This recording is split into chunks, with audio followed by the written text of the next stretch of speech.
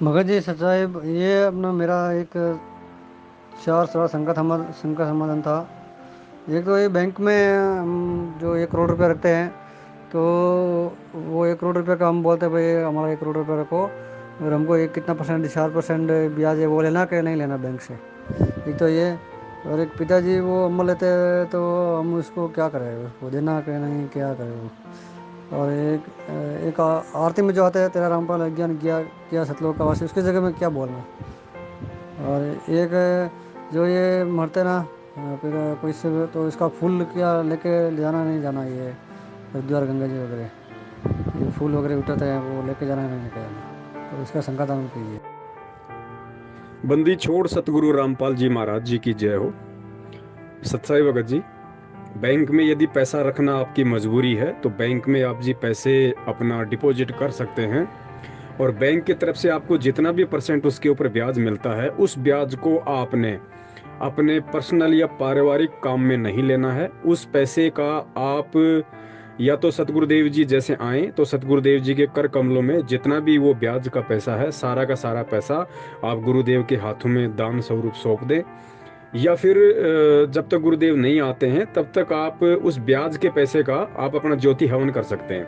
यानी घर में आप जो ज्योति जलाते हैं उसके लिए घी आप उस ब्याज के पैसे से ला सकते हैं।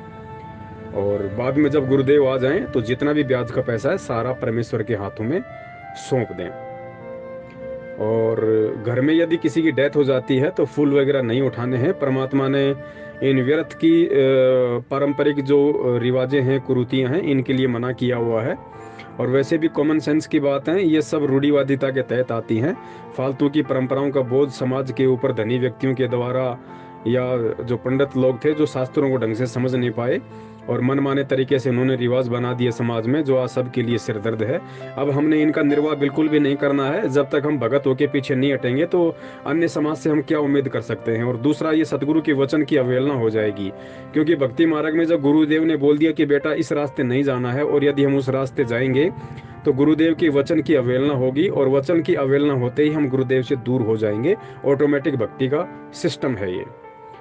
और इसके अलावा आपने क्या पूछा था?